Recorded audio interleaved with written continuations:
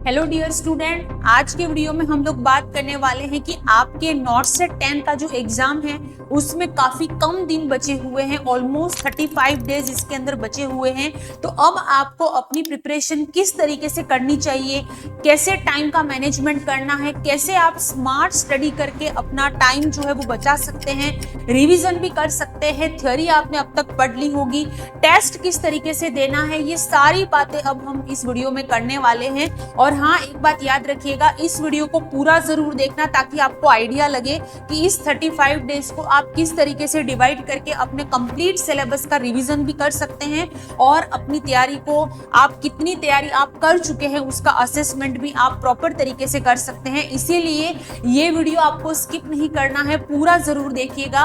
और जो भी बच्चे सीरियसली चाहते हैं कि हमें इस बार हमारा एग्जाम जो है उसको क्रैक करना है, ठीक है, हमारा टारगेट जो हमने सेट किया था उसे अचीव करना है, तो ऐसे ही बच्चे इस वीडियो को पूरा देखें। अदरवाइज सिर्फ आप ऐसे ही देखोगे कि ठीक है देख रहे हैं और पढ़ रहे हैं या फिर चलेगा, ऐसा अगर आप सोच रहे हो तो बिल्कुल भी आप जो है सीरियस नहीं है अपने एग्जाम के लिए, ये बात आप याद रखिएगा। तो चलिए शुरू करते हैं। हम हमारी स्ट्रेटेजी प्लानिंग क्या होगी इस वीडियो में कंप्लीट हम इसी बारे में बात करने वाले हैं। तो चलिए वीडियो को स्टार्ट करते हैं कि किस बारे में यहाँ पे बात हम लोग करने वाले हैं। 35 डेज नॉट सेट के बचे हुए हैं आपके, तो रिवीजन की स्ट्रेटेजी क्या होनी चाहिए। देखिए, रिवीजन उतना ही ज्यादा जरूरी है जितना आप नॉर्मली थ्योरेटिकल या फिर एमसीक्यूज वगैरह आपने अभी तक पढ़ लिया होगा। क्लियर है, आपने अभी तक थ्योरी पढ़ ली होगी प्लस एमसीक्यूज भी आपने ऑलमोस्ट टॉपिक वाइज पढ़ लिए होंगे। ठीक है, नहीं पढ़े हो अगर थोड़े बहुत बाकी भी हैं तो भी आप अभी पढ़ सकते हैं। लेकिन द मोस्ट इंपॉर्टेंट थिंग जो होती है दैट इज रिवीजन। किसी भी चीज का रिवीजन करना बहुत ज्यादा जरूरी है, ये बात आप याद रखिएगा, क्योंकि आप रिवाइज नहीं करोगे किसी भी चीज को तो वो आपको याद नहीं रहेगा। सिर्फ एक बार पढ़ने से काम नहीं होगा। क्लियर है, इस बात का आप याद रखिएगा। अब आप अपने थ्योरी पढ़ ली, एमसीक्यूज पढ़ लिए, आपको रिवीजन करना है, टेस्ट देना है, अपने आप को असेस करना है। क्लियर है, ताकि आप जहां पे गलत जा रहे हो उसको दोबारा से भी पढ़ना है। ये सारी चीजें स्मार्ट स्टडी प्लानिंग में आती हैं, तो उसी के बारे में हम इस वीडियो में डिस्कस करेंगे। नेक्स्ट यहाँ पे reality check. NORCET exam में सिर्फ 35 दिन आपके पास में बचे हुए हैं। रैंडम स्टडी छोड़ने का और प्रॉपर रिवीजन सिस्टम बनाने का यहाँ पे टाइम आ गया है अब। ठीक है, यानी कि रैंडम स्टडी, यानी कि कभी यहां से पढ़ लिया, कभी इस बुक को उठा लिया, कभी इस चैनल से पढ़ लिया, ऐसा अब बिल्कुल नहीं करना है, अदरवाइज आप कंफ्यूज हो जाओगे। जो आपने पढ़ा है वो बेटर पढ़ा है, एक ही बुक को उठाइए, एक ही चैनल से पढ़ना है, आपको इधर उधर नहीं भागना है, अदरवाइज आप अपने गोल से दूर हो जाओगे। ठीक है, इस बात का आपको ध्यान रखना है। तो एग्जाम अब आपको अपनी प्रिपरेशन के लिए एक गोल सेट कर लेना है, कितने घंटे आपको देने हैं। अब तक आपने जितने आवर्स दिए ठीक है, लेकिन अब आपको किस तरीके से अपनी प्रॉपर तैयारी के साथ में चलना है। तो आइए चलिए बात करते हैं। कंफ्यूजन, अभी बच्चे जो हैं आप सबने पढ़ लिया होगा, अभी तक आपने थ्योरी पढ़ लिया, एमसीक्यू पढ़ लिया, टेस्ट दे दिए, लेकिन फिर भी टेस्ट में हो सकता है रिवीजन टेस्ट आप जो देते हैं उसमें मार्क्स नहीं आ रहे हैं, या फिर आपको लग रहा है कि 60% तो आ रहे हैं तो हमारे एग्जाम में भी आ जाएंगे, या यहाँ पे 40 आ रहे हैं तो एग्जाम में तो हम 60 क्रॉस कर ही लेंगे। लेकिन ऐसा नहीं होता है। जो टेस्ट आप घर पे बैठ के दे रहे हो सेम वैसे ही नंबर वहां पे आते हैं। हो सकता है 8-10 नंबर ऊपर नीचे हो जाए, बाकी वही मार्क्स आते हैं। ठीक है, इसीलिए इस गलतफहमी में बिल्कुल नहीं रहना है। तो कितने घंटे पढ़ना है, क्या पढ़ना है, किस ऑर्डर में पढ़ना है और रिवीजन करना है, वो कैसे करोगे, उन सारे पॉइंट्स के बारे में हम लोग यहाँ पे डिस्कस करने वाले हैं। So first thing, fix your daily study hours. यानी कि आपके डेली आवर्स, देखिए बहुत कम बच्चे होते हैं, या फिर मान लो 1 या 2% बच्चे ऐसे होते हैं जिनको दिन में, जैसे कि जिनको 6 घंटा पढ़ना है, 8 घंटा पढ़ना है, 10 घंटे पढ़ना है, वैसा डिसाइड करके चलते हैं। बाकी मोस्टली पॉसिबल बहुत कम होता है जो हम कि इतने घंटे हमें पढ़ना है, या फिर 10 घंटे पढ़ रहे हैं, 12 घंटे पढ़ रहे हैं। क्लियर है, तो ये थोड़ा मुश्किल काम है, लेकिन हम कर सकते हैं, इसके आसपास तो पहुंच ही सकते हैं, क्योंकि आपको कंपटीशन में बैठ रहे हो तो उस लेवल की पढ़ाई भी आपको करनी पड़ेगी। ठीक है, नेक्स्ट, डेली रियलिस्टिकली कितने घंटे पढ़ सकते हो ये पहले डिसाइड करो। आप 6 आवर पढ़ सकते हो, आप 8 आवर पढ़ सकते हो, आपकी कैपेसिटी कितनी है ये पहले डिसाइड करें और अपने लेवल के अनुसार, ठीक है। जैसे कोई बच्चा होता है जिसने जो काफी टाइम से तैयारी कर रहा है या जिसने ऑलरेडी प्रिपेयर हो चुका है, जिसको इतना ज्यादा जरूरत नहीं है पढ़ने की, ठीक है। हर एक का माइंड अलग होता है, हर एक के पढ़ने की प्लानिंग अलग होती है, उस हिसाब से आपको अपने आवर्स पहले सेट कर लेने हैं। नेक्स्ट, यहाँ पे डिवाइड योर स्टडी टाइम, अपने स्टडी टाइम को, डेली स्टडी टाइम को 4 पार्ट में आपको डिवाइड करना है। ये हम हमारी तरीके से आपको स्ट्रेटेजी बना के दे रहे हैं, आप इसमें से कम ज्यादा अपने अनुसार कर सकते हैं, ठीक है। बस ये स्ट्रेटेजी आप फॉलो करेंगे तो आपका रिवीजन भी अच्छे से हो जाएगा और कंप्लीट सिलेबस कवर हो जाएगा, ठीक है। तो यहाँ पे 40% कंसेप्ट रिकॉल, यानी कि कंसेप्चुअल बेस्ड क्वेश्चन आते हैं एम्स में, तो उस हिसाब से आपको वो कंसेप्ट को रिकॉल करना है कि याद रखने का तरीका कौन सा है। जैसे कि क्रेनियल नर्व 12 पैर में होती है, तो आपको वो याद रखने का तरीका आपने क्या किया उसको रिकॉल करना है, पूरा नहीं पढ़ना है, बस रिकॉल करना है कि ये तरीका है उसको याद रखने का, ताकि आप एग्जाम में ना भूलो। नेक्स्ट, 25% PYQ, प्रीवियस ईयर के MCQ प्लस MCQ प्रैक्टिस करनी है, more and more MCQ practice करना, ताकि आप गलत कहां जा रहे हो ये आपको पता चल सके। नेक्स्ट, 20% वीक एरिया, यानी कि आप टेस्ट दोगे, जो क्वेश्चन आपके गलत हो रहे हैं, बार बार गलत हो रहे हैं, उन टॉपिक को अच्छे से पढ़ो, और कोई एरिया, कोई टॉपिक आपका वीक है तो उस टॉपिक पे ज्यादा ध्यान दो, और वो इंपॉर्टेंट टॉपिक है तो आप उस पर ज्यादा ध्यान दो कि हाँ मुझे इसमें ज्यादा पढ़ना है। नेक्स्ट, 15% टेस्ट प्लस एनालिसिस, ये सबसे इंपॉर्टेंट चीज है, याद रखिएगा इन सभी पॉइंट में कि जब भी आप कोई टेस्ट देते हैं, ठीक है, टेस्ट आप नॉट सेट 10 के टेस्ट भी, प्रीवियस ईयर PYQ और MCQ भी किरोशा एकेडमी की ऐप पर अवेलेबल है, आप जाके देख सकते हैं वहां पे बहुत अच्छे तरीके से, प्लस टेस्ट के बाद में रैशनल भी आपको मिलेगा। ऐसी गलती बिल्कुल नहीं करनी है कि टेस्ट दे दिया रैशनल नहीं पढ़ा, रैशनल पढ़ना है आपको, वो बहुत जरूरी है। टेस्ट देने का मतलब ही यही है कि हम रैशनल पढ़ें और कहाँ पे गलत जा रहे हैं, और सही भी है तो हमने सही किया, लेकिन हमें रैशनल पता होना चाहिए, ठीक है। तो ये चीज बहुत इंपॉर्टेंट है, अपने आप को एनालिसिस करना। नेक्स्ट, 40% टाइम कंसेप्ट रिकॉल में आपको देना है, यानी कि यह आपके पूरे दिन का मोस्ट इंपॉर्टेंट ब्लॉक होगा, यानी कि मोस्ट इंपॉर्टेंट थिंग्स आपका रहेगा कि आपको कंसेप्ट हर एक का पता होना चाहिए, ठीक है। नेक्स्ट, रिवीजन हमेशा करें। शॉर्ट नोट्स आपने जो बनाए होंगे जब आपने थ्योरी पढ़ी होगी, अब आपको पूरा पढ़ने की जरूरत नहीं है, सिर्फ शॉर्ट नोट्स पढ़ने हैं, ठीक है। नेक्स्ट, फॉलो चार्ट्स, यानी कि आपने जो चार्ट बनाए होंगे, ठीक है ना, जैसे कि हम क्रेनियल नर्व का बनाते हैं, एंटीडोट का बनाते हैं, कोई वैल्यूज का बनाते हैं, ECG के बनाते हैं, वैसे चार्ट जब हम पढ़ते हैं तब बना बना के हम जहाँ पे हमारा टेबल होता है या जहाँ पे भी हम लोग पढ़ते हैं वहां पे हम लगाते हैं, ताकि रोज हम उसको रिवाइज कर सके, या फिर हम बुक में भी बनाते हैं तो वो चीज आपको रिवाइज करनी है, ठीक है। नेक्स्ट, टेबल्स जो आपने बनाई होंगी, जो चीजें आपने शॉर्ट रूप में दोबारा पढ़ने के लिए बनाई है, वो सब आपको पढ़ना है रिवीजन के तौर पे, ठीक है। नेक्स्ट, कंसाइज पॉइंट, यानी कि छोटे छोटे जो पॉइंट आपने बनाए हैं, वन लाइनर, ठीक है, जैसे एंटीडोट के बनाए होंगे, या फिर कोई डिजीज कंडीशन है तो उसके बनाए होंगे, डिजीज के नाम लिखे होंगे कि इस पोर्शन में ये वाले डिजीजेस आती हैं, तो उनको क्विक रिवीजन करना बहुत जरूरी है, पूरा नहीं पढ़ना है, सिर्फ रिवाइज करना है। एक्टिव रिकॉल टेक्निक क्या होनी चाहिए? एक्टिव रिकॉल का मतलब होता है एक पॉइंट पढ़ो और पूरा कंसेप्ट रिकॉल करो, यानी कि जस्ट फॉर एग्जांपल आपने कोई भी MSN की एक डिजीज उठाई, ठीक है, उस डिजीज के बारे में क्या क्या आपको याद है वो सारी चीजें आपको रिकॉल करना है, पूरा नहीं पढ़ना है, सिर्फ एक पॉइंट उठाना है, उसको रिकॉल करना कि हाँ इसमें ये बातें जो है वो इंपॉर्टेंट है, क्लियर, ये इस तरह से पढ़ना है आपको। नेक्स्ट, रिसर्च, यानी कि एक्टिव रिकॉल से 50 से 70% ज्यादा रिटेंशन होता है, यानी कि एक्टिव रिकॉल का मतलब ये होता है कि आपको कोई किताब नहीं उठानी है, ठीक है, यानी कि किताब में पढ़ रहे हो और फिर बोल रहे हो, ये आप जब पढ़ते हो थ्योरी तब आपको करना है, रिवीजन में क्या करना है। एक्टिव रिकॉल का मतलब होता है कि आपने एक पॉइंट उठाया, जैसे कि फॉर एग्जांपल हाइपोथायरॉयडिज्म आपने डिजीज उठाई, उसमें क्या क्या इंपॉर्टेंट है वो लाइन आप अपने से रिकॉल करोगे, आपको वापस से पढ़ना नहीं है, फिर आपको लगता है कि नहीं मुझे याद नहीं आ रहा या मैं गलत जा रही हूं, उसके बाद आपको देखना है। अदरवाइज एक्टिव रिकॉल पर ही ध्यान दें, ये ज्यादा आपके लिए फायदेमंद रहेगा।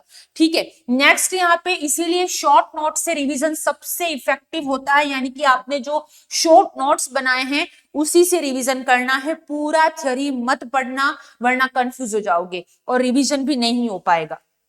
नेक्स्ट 25% टाइम जो आपको प्रीवियस ईयर के एमसीक्यू और एमसीक्यू प्रैक्टिस, ये बहुत जरूरी है। ठीक है, इसमें आपको क्या करना है, एग्जाम से लगभग 60 से 70% टॉपिक हमेशा रिपीट होते हैं। ये बात याद रखना कि प्रीवियस ईयर के जो पेपर होते हैं उसमें से जो 70% टॉपिक जो होते हैं, टॉपिक क्वेश्चन की बात नहीं कर रही हूं, टॉपिक हमेशा रिपीट होते हैं। ठीक है, नर्सिंग का फिक्स सिलेबस है तो आएगा तो कहां जाएगा, क्लियर। इसीलिए वो प्रीवियस ईयर के पेपर पढ़ना इसीलिए जरूरी है ताकि आपको टॉपिक क्लियर कर पाओ। ठीक है, नेक्स्ट क्वेश्चन का लैंग्वेज बदलता है लेकिन कंसेप्ट सेम रहता है, इसीलिए कंसेप्ट को रिवाइज करना जरूरी होता है किसी भी टॉपिक में, ताकि उससे कोई और भी लैंग्वेज में बना के क्वेश्चन आ जाए। जस्ट एग्जांपल है कि कोई लैंग्वेज बदल दे, ठीक है, हर क्वेश्चन को हम 10 से 20 रूप में बना सकते हैं एक सिंपल क्वेश्चन को। ठीक है, तो एम्स वाले भी वैसे ही करते हैं, कोई नया उठा के नहीं लाते, वही रहता है, बस लैंग्वेज चेंज होती है जिस वजह से हम कंफ्यूज हो जाते हैं। और वो दूर कब होगा, जब आप एक्टिव लर्निंग करोगे। ठीक है, नेक्स्ट पीवाईक्यू, प्रीवियस ईयर के एमसीक्यू आपको प्रैक्टिस करने ही है। अगर आपको पीवाईक्यू चाहिए तो भी किरोशा एकेडमी की ऐप पर अवेलेबल है, नर्सिंग कॉम्पिटिटिव एग्जाम के, आप जाके वहां पे देख सकते हैं।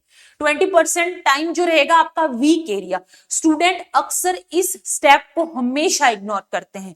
ठीक है, यानी कि आपको बच्चों को ये लगता है कि ठीक है अगर नहीं आ रहा है तो हम दूसरे क्वेश्चन आएंगे उसको सॉल्व कर लेंगे, लेकिन हो सकता है आपकी किस्मत ऐसी हो और उन वीक 20% जो आपने रहने दिए वहीं से उन्होंने क्वेश्चन उठा लिए, तब आपका नुकसान हो जाएगा। इसलिए ऐसा नहीं करना, इतना सब कुछ पढ़ रहे हैं तो 20% के लिए अपने आप को पीछे नहीं छोड़ना है। इसीलिए 20% जो वीक एरिया आपका है उस पर आपको ध्यान जरूर देना है।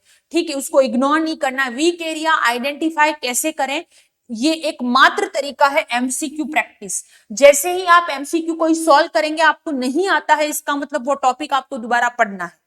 ठीक है, इस बात का ध्यान रखिए। और इसी तरीके से टेस्ट दे रहे हैं, जो क्वेश्चन आपके गलत हो रहे हैं इसका मतलब वो टॉपिक आपको दोबारा देखना है एक बार।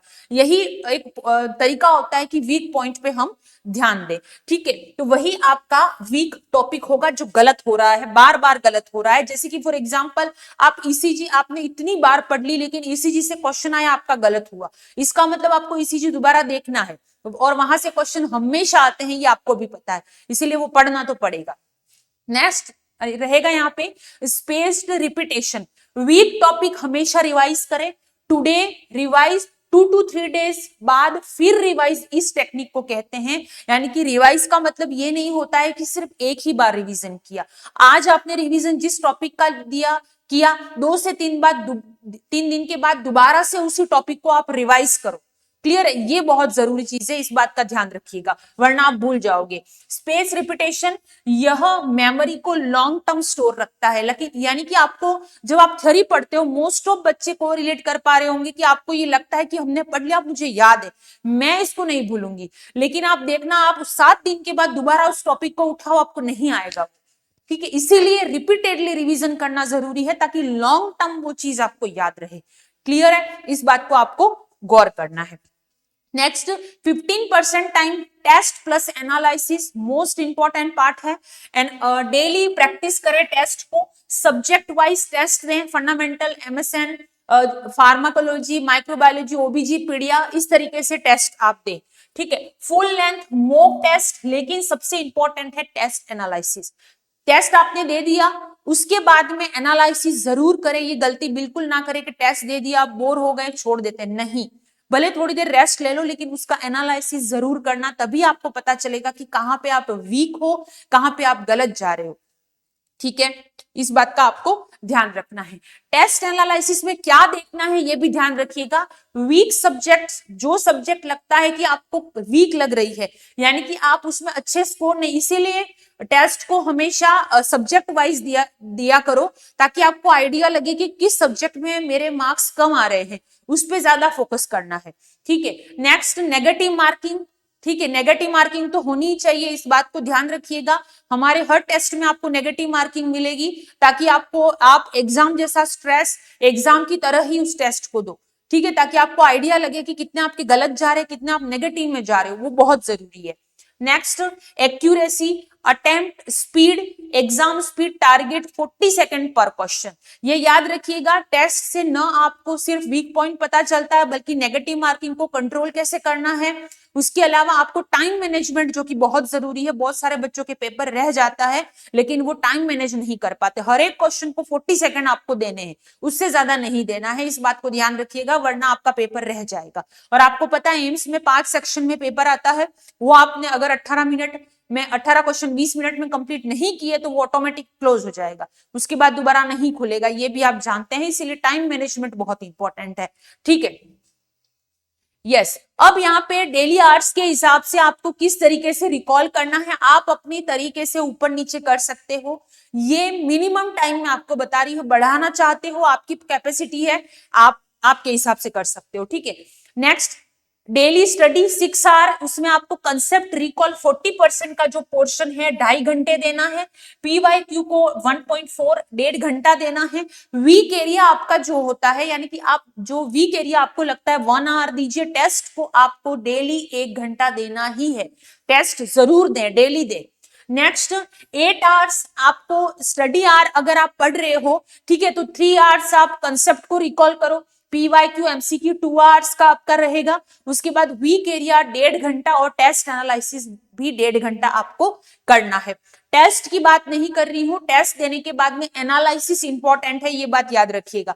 10 आवर्स अगर आप स्टडी कर रहे हैं, 4 to 5 आवर आपका कंसेप्ट रहेगा रिकॉल, पीवाईक्यू और एमसीक्यूज जो रहेंगे वो आपके 2.5 से 3 घंटा आपको देना है उसको, और वीक एरिया पे 2 hours and test analysis again 1.5 घंटा आपको टेस्ट तो देना ही है, ये बात आप याद रखिएगा।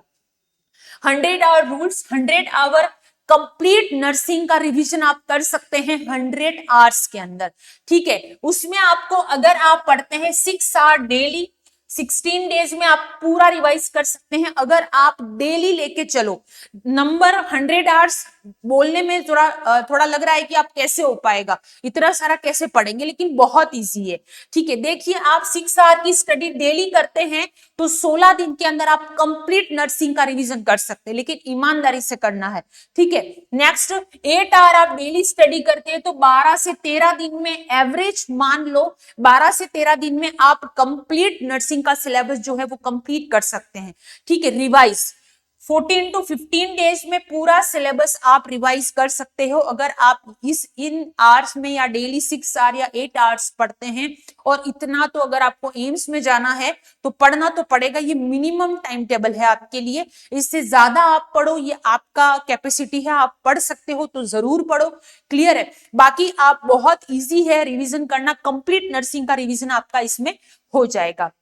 नेक्स्ट, रिमेनिंग 20 डेज स्ट्रेटेजी आपकी क्या रहेगी, यानी कि आपने 14 से 15 दिन दे दिए अपनी पढ़ाई को, ठीक है, रिवाइज आपने कर लिया। उसके बाद में लास्ट के जो 20 डेज बचेंगे उसमें आपको क्या करना है वो बात करेंगे। तो देखिए, नेक्स्ट 20 डेज में फोकस करना है प्रीवियस ईयर के एमसीक्यूज, ठीक है, इंटीग्रेशन करना है, यानी कि प्रीवियस ईयर के एमसीक्यू जो पहले आए हुए टॉपिक है, पहले आए हुए क्वेश्चन है, उनको पढ़ो, उनको रिवाइज करो, ये बहुत जरूरी है क्योंकि वो रिपीट होते हैं।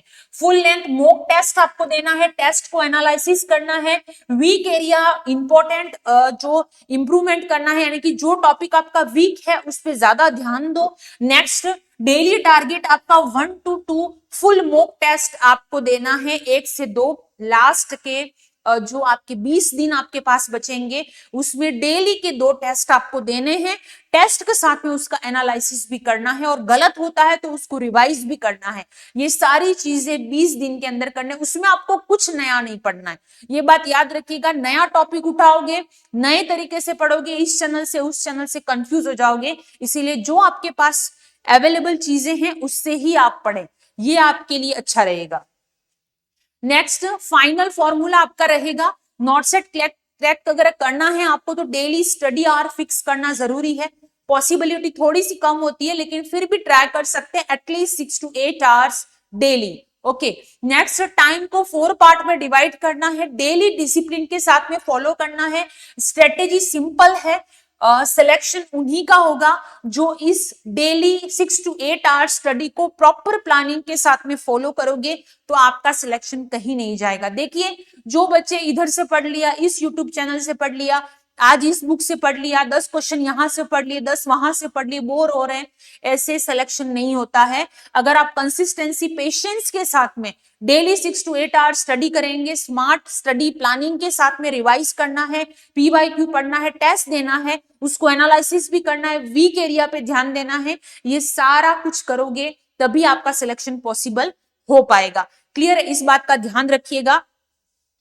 यस, अब नॉर्सेट 10 प्रीलिम्स जो है, आपका प्रीलिम्स का जो एग्जाम होने वाला है, MCQ क्रैश कोर्स अवेलेबल है।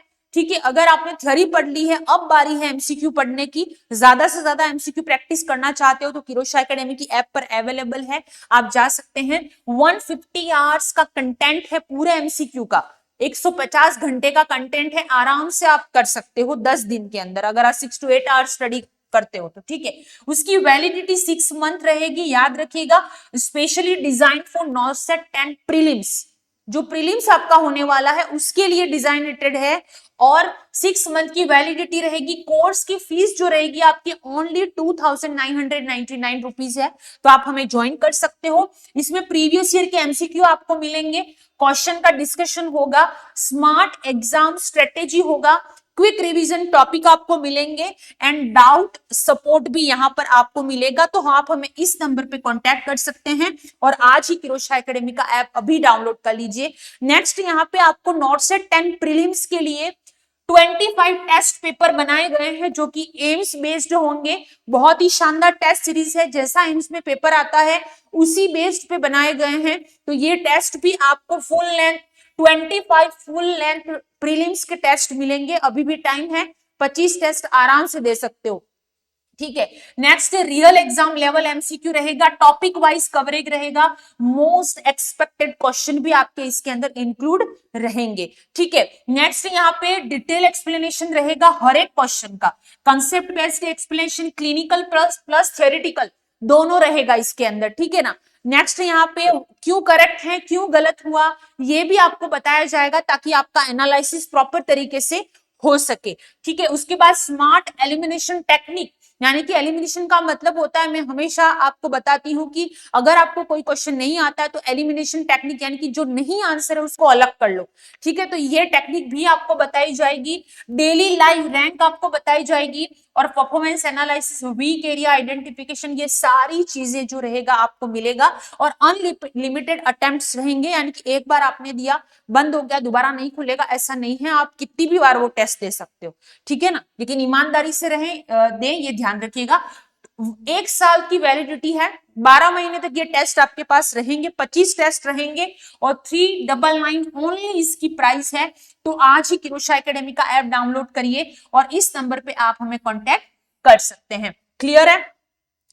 So thank you so much. जो स्ट्रेटेजी मैंने आपको बताई है, आई होप आपको समझ में आ रही होगी, और वो वही बच्चे फॉलो करें जो रियल में अपना गोल अचीव करना चाहते हैं, जो रियल में चाहते हैं कि मुझे सिलेक्शन लेना है नॉर्सेट के अंदर। तो ऐसे ही बच्चे इसको आप फॉलो कर रहे होंगे, और आगे भी करिएगा इसी स्टडी प्लानिंग के साथ में। प्लस 25 टेस्ट अवेलेबल है प्रीलिम्स के लिए, तो आप उसको भी जरूर देखिएगा। किरोशा एकेडमी की ऐप पर जाइए और देखिए वहां पे, और डेली टेस्ट देना है, उसका एनालिसिस करें, ये सारी चीजें आपको वहां पे करनी है। डिस्कशन भी होगा, और कोई क्वेरी हो तो भी आप हमारे ऑफिशियल नंबर पे हमें कांटेक्ट कर सकते हैं। बाकी डेली लाइव क्लासेस इस चैनल पे चलती हैं, तो डेली आप हमें ज्वाइन कर सकते हैं।